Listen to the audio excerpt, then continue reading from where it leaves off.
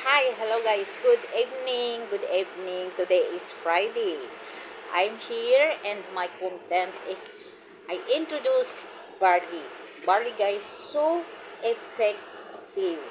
Ako mismo nakapagpatunay na ang barley is epektibo. First day, second day, akong uminom guys. Gumagaan yung aking pamaol, yung aking body pain, shoulder pain, gumagaan.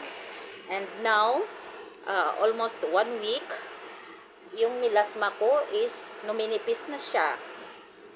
And my eye bag also is kumunti na lang. Dati-rati super itim yung dito ko.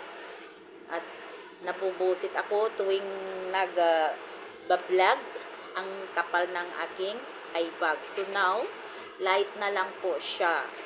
Yung eye bag ko dito kasi night duty ako. 8 years na po akong night duty because of this barley. Malaki pong tulong sa akin. Pangalawa, ngayon ko po naintindihan na health is wealth. Kailangan talaga yung ating health to maintain very nice because ito lang po yung ating kayamanan, yung ating health. At yung aking arthritis guys, ngayon sa awa ng Diyos, hindi na masyadong masakit. Kunti-kunti na lang, inshallah, 1 month akong magiinom is makikita ko na ang kanyang result. So, dasal ko lang talaga na itong milasma ko totally cleared na sa barley. Ito po yung original na barley. Ito po yung original na barley. At yung aming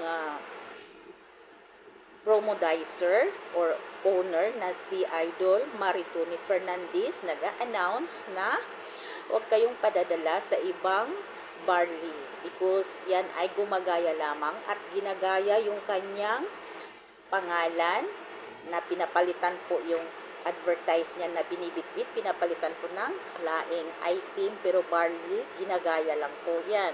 So ako po mismo nagpapatunay na ang barley is very nice. Kasi ako mismo ang umiinom. Sa Saudi po ako guys nag-o-order. Philippines, bring to Saudi. At yan po, at hindi po ako natatakot mag-order. Kasi, syempre, gusto ko rin malaman ang buong katotohanan kung may katotohanan ba talaga itong barley. So, ito na po, nagpapatunay na effective ang barley. Ito po ay original na barley.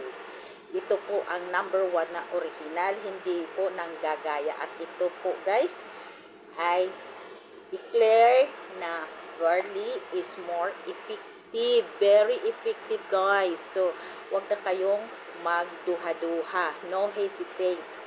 Try barley for our health. Health is wealth. Okay guys, thank you and good evening.